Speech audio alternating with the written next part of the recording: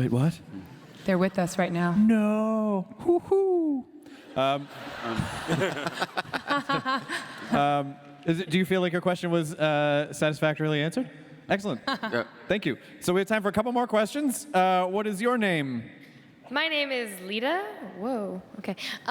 My question was about a lot of times in horror movies or exorcism movies, they use a lot of special effects, but sometimes they, like with the new Evil Dead movie, they did almost entirely no special effects, just practical effects.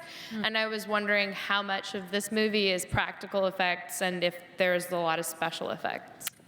So you mean like CG versus practical effects? Yeah, I mean, I think that as a rule, anytime that you can shoot something real, it's going to look better. It's just that there is no way around that. I think that beyond that, anytime that you can create an emotional experience for an audience without any effect and really use the emotion of the actors, that's even going to be that much more effective. And in this case, some of the most intense scenes in the movie are portrayed by Sean Harris, the British actor, who's not here because he lives in London, who's amazing in the movie. And he is in this movie in some ways the conduit of the style in the same way that Jennifer Carpenter was for me with Emily Rose, which in seeing what he was capable of doing as an actor, it allowed me to shed some of the effects of the movie. It's not a heavy CG movie. It is a movie with, you saw the shot of him with the body scarring on him. That's a very difficult physical effect to pull off of. It's like over 200 prosthetics. He had to be in a chair for many hours to pull off the look of those, but they do look real.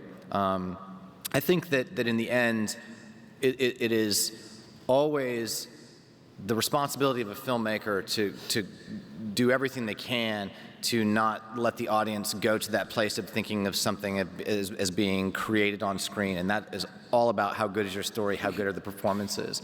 And as good as the story is and as good as the performances are, that's how much leeway you have to make use of those other tricks of the trade. We've all seen it. There's nothing worse than a heavy CG movie or even a heavy practical effects movie that's in support of a story that's not interesting or acting that's poor.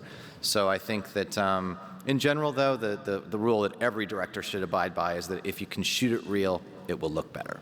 But also with a movie like this, too, anything that happens peripherally is a lot of the scariest stuff when you kind of leave the audience's imagination to fill in the blanks about what's going on. Oh yeah, always. I mean, that's the way it's always been. That if you can get the audience to imagine something horrible, they'll imagine something far worse than you can ever create, and sometimes they'll actually think that it happened. I know people who still are convinced that they saw the lawnmower, tear up the girl in Sinister, and we cut out before it happens, but their mind fills in that space, and that's a good trick of the trade.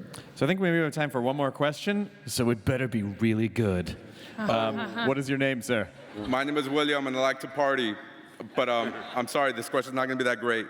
Somebody already asked my question, so this one's going to be kind of dumb. Oh, step aside. Step aside. I think this one's for Joe. Go sit I think down. you should keep setting it up more. This is not going to be good. This one's for Joe. Down. Joe, you are a sexy man. Oh.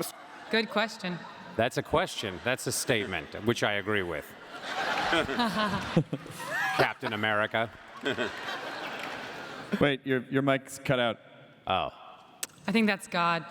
Hey, I'm going to ask a question. Oh, there it is. It's back. Okay. Oh, they cut me off. How do you feel that in Community you've hooked up with Britta?